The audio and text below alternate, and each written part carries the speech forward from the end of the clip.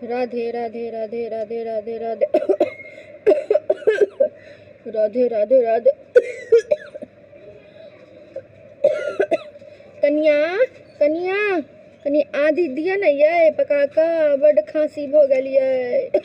कथी में इहो पुराना जमाना के तरह आदि पकबवे छथिन। है लो सुषमा कफ सिरप एमे अहाँ के हिनका आदि मौध तुलसी और भी बहुत प्रकार के जड़ी बूटी मिलल छे से ई पियो ऐसे जल्दी राहत मिलते। सबसे बड़ी बात ई अल्कोहल फ्री छे। सुषमा कफ सिरप एमे आदि और मौध दुनू छे। अरे बा की कहू ई कफ सिरप अपन ससुरो के दे बुझलिए ने। ई बुढ़वा भर रात खा खा घों घों घू घू करे छे। भर रात सूता नहीं देलके ई बुढ़वा। की कहू ई बुढ़वा के तनी दियो दहक कनी।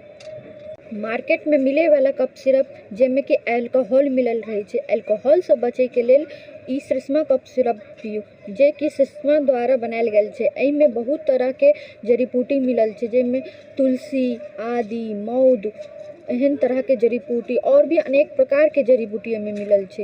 एकरा पिए जाओ अपनो पियो धियो पुता के पियो और सब गोटा के हमरा और से राधे राधे।